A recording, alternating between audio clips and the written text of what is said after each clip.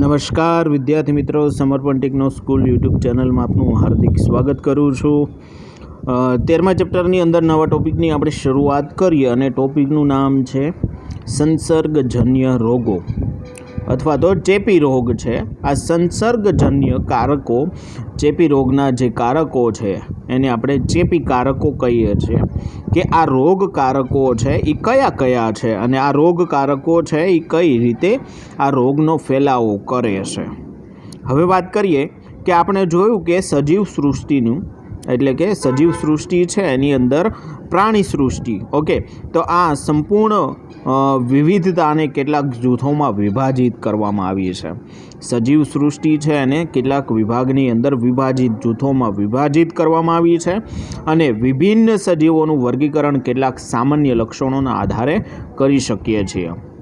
એટલે કે આ ઘણા બધા પ્રકારના જીવો છે, સૂક્ષ્મ જીવથી માંડીને મહાકાય સજીવો છે, એ બધા જ સજીવોનું એના લક્ષણોના આધારે વર્ગીકરણ કર્યું છે અને આ વર્ગીકરણના આધારે જ કેટલાક સજીવો છે એ સજીવોનો અભ્યાસ કરી ચૂક્યા છીએ આપણે। રોગ ઉત્પન્ન કરવાવાળા સજીવોનો આમાંથી એક જૂથોમાં સમાવેશ થાય છે, એટલે કે કેટલાક એમાંના એવા સજીવો છે કે જે રોગ ઉત્પન્ન કરે છે અને આ રોગ ઉત્પન્ન કરવાવાળા સજીવો છે એમાંના એક જૂથમાં સમાવેશ થાય છે। આમાંથી કેટલાક વાયરસ છે, કેટલાક બેક્ટેરિયા છે, કેટલાક એકકોષીય સજીવો છે, કેટલીક ફૂગ છે અથવા તો આ પરોપજીવી તરીકે આપણે એને ઓળખીએ છીએ। કેટલાક રોગો બહુકોષીય સજીવો જેવા કે અનેક પ્રકારના કૃમિથી પણ થાય છે, એટલે કે કૃમિ છે, પછી બહુકોષીય કેટલાક સજીવો છે, એમાંના કેટલાક એકકોષીય સજીવો એટલે કે એને આપણે કહીએ છીએ વાયરસ, બેક્ટેરિયા, એકકોષીય સજીવ, ફૂગ, આ બધા જ રોગકારકો છે અને એમાંના રોગકારક એક છે એની વાત આપણે કરવાની છે। સૌથી પહેલાં સંક્રમણ એટલે કે ચેપગ્રસ્ત કોષની બહાર નીકળતા એટલે કે સૌથી બહારની બાજુએ નીકળતા સારસ વાયરસને આકૃતિમાં તીર દ્વારા અંકિત કરેલ છે। એટલે તમે જે આકૃતિ જોઈ રહ્યા છો એની અંદર તીર મારેલા છે, 2 તીર મારેલા છે સામસામેની સાઈડમાં અને એ સારસ વાયરસ છે અને એ વાયરસને અંકિત કરેલો છે એટલે કે દર્શાવેલો છે। હવે એ કોષની બહાર જે બહારની બાજુએ કોષની આજુબાજુએ એ ગોઠવણી પામેલા હોય છે। આકૃતિમાં સફેદ રેખા 500 નેનોમીટર માપને દર્શાવે છે। 1 નેનોમીટર ઇઝ ઇક્વલ ટુ 10⁻6 ઘાત, ઓકે, આ તમને ખ્યાલ છે। તો આ માપને દર્શાવે છે જે 1 માઇક્રોમીટરનું અડધું માપ છે। 1 માઇક્રોમીટર 1 મિલીમીટરના 1000માં ભાગ બરાબર છે। આકૃતિ એ બાબતને દર્શાવે છે કે આપણે કેટલીક સૂક્ષ્મ વસ્તુઓને જોઈ રહ્યા છીએ અને આ કઈ રીતે જોઈ શકાય છે તો કે ઇમર્જિંગ ઇન્ફેક્શિયલ ડિસીઝ એટલે કે આપણે કોઈ રિપોર્ટ કરાવવા જઈએ છીએ ઘણી વખત ત્યારે આ રિપોર્ટની અંદર આપણને અંકિત થતું હોય છે, એટલે કે ખૂબ જ સૂક્ષ્મ વસ્તુઓ છે એ આપણે જોઈ શકતા હોઈએ છીએ। CDC UAના એક જનરલમાંથી આ એક અહેવાલ રિપોર્ટ છે એ પ્રાપ્ત કરેલો છે। ત્યાર પછીના જે કેટલાક રોગકારકો છે એ રોગકારકોની વાત કરીએ। સ્ટેફિલો કોકાઇક નામના જે બેક્ટેરિયા જે ખીલના રોગકારક છે તેની ડાબી બાજુ મથાળે દોરેલી રેખા 5 માઇક્રોમીટર માપને પ્રદર્શિત કરે છે। ઉપરની જે આકૃતિ છે સ્ટેફિલો કોકાઇના બેક્ટેરિયા છે અને આ રોગકારકો છે એ ખીલના રોગકારકો છે। ખીલ છે એ આના દ્વારા થતા હોય છે। હવે એના પછીની આકૃતિ છે એ પ્રજીવ ટ્રાઇપેનોસોમા છે, તે અનિદ્રા રોગના રોગકારક છે। રકાબી આકારના લાલ રુધિર કોષો તેમની બાજુમાં રહેલા ટ્રાઇપેનોસોમા માપની સમજણ આપે છે। કોપીરાઇટ છે એ શેની અંદરથી લીધેલું છે તો કે Oregon health and science university, જે યુનિવર્સિટી દ્વારા યુએ છે એની અંદરથી આપણને આ પ્રાપ્ત થાય છે અને એ બધા લોકોએ શોધખોળ કરેલી હશે। ત્યાર પછીના જે રોગકારકો છે એની વાત કરીએ. લેશમાનિયા, આ રોગકારકો છે એ આકૃતિની અંદર જે કાલા અઝર રોગનું કારણરૂપ પ્રજીવ છે. સજીવો અંડાકાર છે અને પ્રત્યેક એક લાંબી ચાબુક જેવી રચના ધરાવે છે. એક સજીવ વિભાજિત થાય છે. તીર વડે તે દર્શાવી શકીએ છીએ. જ્યારે પ્રતિકારક તંત્રના એક કોષે નીચેની તરફ જમણી બાજુએ વિભાજિત સજીવની ચાબુકને જકડ્યું છે અને તે સજીવને નાશ થાય ત્યાં સુધી તે સક્રિય રહે છે. રોગપ્રતિકારક કોષ લગભગ 10 માઇક્રોમીટર વ્યાસ ધરાવે છે. અને ત્યાર પછીના આવે છે ગોળકૃમિ. અને નાના આંતરડામાં જોવા મળે છે. આ ગોળકૃમિ 4 સેન્ટીમીટરની માપપટ્ટીમાં મપાયેલા એક પુખ્ત ગોળકૃમિ, એટલે કે આ જે સૂત્રકૃમિ અથવા તો એને કરમ્યું કહીએ છીએ, એ માપના અનુસાર માટેના છે. ઓકે, ત્યાર પછી સામાન્ય શરદી, ઇન્ફ્લુએન્ઝા, ડેન્ગ્યુ, તાવ અને એડ્સ જેવા સામાન્ય રોગ વાયરસ દ્વારા થાય છે. કેટલાક રોગ જેવા કે ટાઇફોઇડ, તાવ, કોલેરા, ક્ષય અને એન્થ્રેકસ બેક્ટેરિયા દ્વારા થાય છે. ઘણા બધા સામાન્ય ચામડીના રોગ છે એ વિભિન્ન પ્રકારની ફૂગ દ્વારા થાય છે. પ્રજીવથી મેલેરિયા, કાલા અજર નામના રોગ થાય છે. એટલે કે આ પ્રજીવ છે એનાથી કયા રોગ થાય છે? તો કે કાલા અજર નામના રોગ થાય છે. આંતરડાના કૃમિના સંક્રમણથી પરિચિત છીએ. એવી જ રીતે આથીપગાના રોગના વિવિધ પ્રકારના કૃમિની જાતિઓથી થાય છે.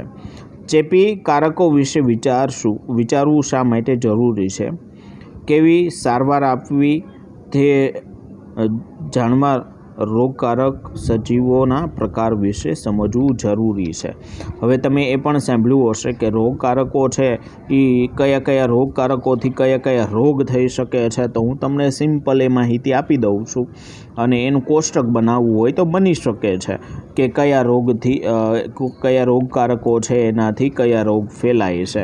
તો સામાન્ય સૌથી પહેલી હું તમને માહિતી આપું તો એ માહિતી આપી શકાય કે સૌથી પહેલાં વાયરસ દ્વારા કયા રોગ ફેલાય છે?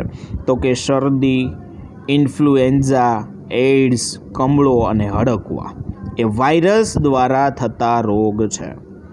ત્યાર પછી આવશે બેક્ટેરિયા દ્વારા થતા રોગ, તો કે ટાઇફોઇડ, કોલેરા, ક્ષય, એન્થ્રેકસ અને છેલ્લે આવશે ન્યુમોનિયા. આ બેક્ટેરિયા દ્વારા ફેલાતા રોગ છે. અને છેલ્લે એના પછી આવશે એક કોષીય પ્રજીવ દ્વારા જે રોગ થાય છે એ રોગની વાત કરીએ તો કે મેલેરિયા છે, કાલા અજર છે અને અનિદ્રા. એક કોષીય જે પ્રજીવો છે એ પ્રજીવ દ્વારા રોગનો ફેલાવો થાય છે, રોગ થાય છે. અને ફૂગ દ્વારા કયા રોગ થાય છે? તો કે ધાધર છે, ખસ અને ચામડી રોગ છે એ ફૂગ દ્વારા થાય, ચર્મ રોગ તરીકે આપણે એને ઓળખીએ છીએ. અને કૃમિઓ એટલે કે બહુકોષીય, જેને આપણે કહીએ છીએ બહુકોષીય સજીવો કહીએ છીએ, કૃમિઓ દ્વારા હાથીપગો અને વાળો આ બે રોગ જોવા મળે છે, સામાન્ય રીતે થતા હોય છે. તો આખી હવે પછીની જે થિયરી છે એ રોગકારકો કયા છે અને કયા રોગ એનાથી થાય છે એનું આખું મેં તમને ચાર્ટ એટલે કે આખો ગ્રાફ મેં તમને સમજાવ્યો છે.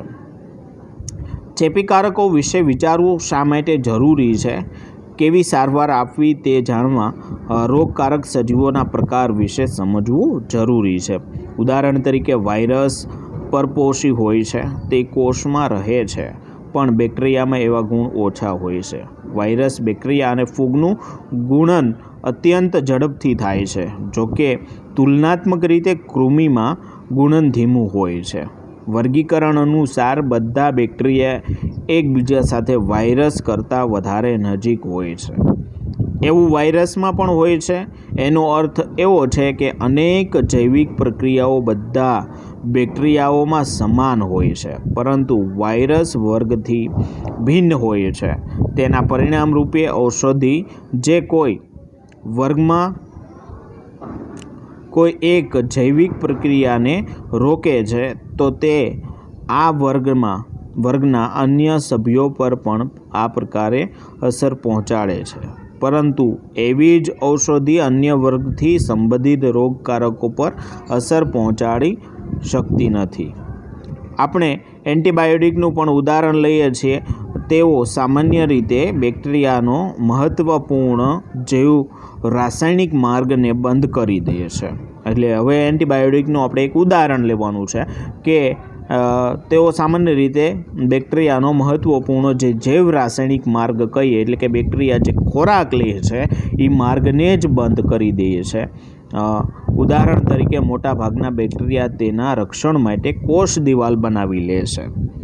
આ કોષ દિવાલ જોજો, પોતાનું રક્ષણ કરવા માટે બેક્ટેરિયાના શરીરની અંદર એક કોષ દિવાલ બનાવી લે છે.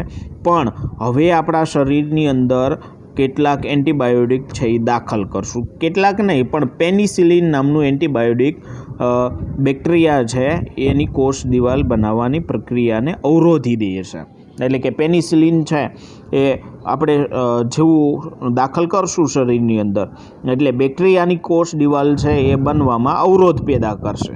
પણ આ શું કાર્ય કરે છે બેક્ટેરિયાની અંદર જે કોષ દિવાલ છે, તો કે કોષ દિવાલ છે એ બેક્ટેરિયાનું રક્ષણ કરે છે, બરાબર છે.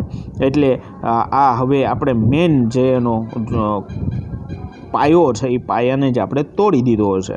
એટલે કે પેનિસિલિન છે એન્ટીબાયોટિક આપણા શરીરની અંદર દાખલ કરી એટલે બેક્ટેરિયાની કોષ દિવાલ બનાવવાની પ્રક્રિયાને અવરોધી દીધી છે. એટલે કે બનાવવાની આ જે કોષ દિવાલ બનવાની ક્રિયા છે એ બંધ થઈ જાય છે. જેના કારણે આના પરિણામ સ્વરૂપે બેક્ટેરિયાની કોષ દિવાલનું નિર્માણ થવા દેતા નથી. તેથી તેઓ સરળતાથી મરી જાય છે. માનવના કોષમાં કોષ દિવાલ બનતી નથી, એટલા માટે પેનિસિલિનની અસર આપણા પર થતી નથી. આમ તો ઘણા બધા એવા કેટલાક જે એન્ટીબાયોટિક છે એન્ટીબાયોટિકનો ઉપયોગ કરતા હશું, પણ પેનિસિલિન બધા બેક્ટેરિયાને અસર પહોંચાડે છે. તેઓમાં કોષ દિવાલ બનાવવાની પ્રક્રિયા થાય છે. આ રીતે ઘણા બધા એન્ટીબાયોટિક બેક્ટેરિયાઓની અનેક જાતિઓને અસર કરે છે. માત્ર એક જ જાતિ અસર કરે છે એવું નથી. બધા જ બેક્ટેરિયા છે એના ઉપર પેનિસિલિન છે એ અસર કરે છે. શું અસર કરે છે? તો કે બેક્ટેરિયાની જે કોષ દિવાલ છે એ કોષ દિવાલને બનવાનો અવરોધ પેદા કરે છે, જેના કારણે બેક્ટેરિયા છે એને સરળતાથી મારી શકાય છે. પરંતુ વાયરસમાં એવો માર્ગ હોતો નથી. આ કારણે કોઈ પણ એન્ટીબાયોટિક વાયરસના સંક્રમણ પર અસરકારક નીવડતી નથી. જો આપણે શરદી ઉધરસથી પ્રભાવિત હોઈએ તો એન્ટીબાયોટિક લેવાથી રોગની તીવ્રતા અથવા તો તેનો સમયગાળો ઓછો થતો નથી. પણ જો વાયરસ સંક્રમિત શરદી ઉધરસની સાથે બેક્ટેરિયાનું સંક્રમણ હોય ત્યારે એન્ટીબાયોટિકનો ઉપયોગ લાભકારક નીવડે છે. આમ છતાં એન્ટીબાયોટિક માત્ર બેક્ટેરિયાના સંક્રમણ માટે જ ઉપયોગી બને છે, વાયરસના સંક્રમણ પર નહીં. એટલે કે બેક્ટેરિયા છે એને મારી શકાય છે એન્ટીબાયોટિકથી, પણ વાયરસને મારી શકાતા નથી. કઈ રીતે એ તમને ખ્યાલ આવી ગયો કે આપણે પેનિસિલિન નામનું જે એન્ટીબાયોટિક છે આપણા શરીરની અંદર દાખલ કરશું એટલે બેક્ટેરિયાનું જે કવચ એટલે કે કોષ દિવાલ છે એ કોષ દિવાલની અંદર બનવામાં અવરોધ પેદા થશે, જેના કારણે સરળતાથી આપણે એને મારી શકીએ છીએ. ત્યાર પછીની એક પ્રવૃત્તિ આપેલી છે, પણ પ્રવૃત્તિનો અભ્યાસ છે એ આને પછીના લેક્ચરમાં આપણે કરવાનો થશે. ઓકે, તો એટલે સુધી આપણે રાખીએ છીએ.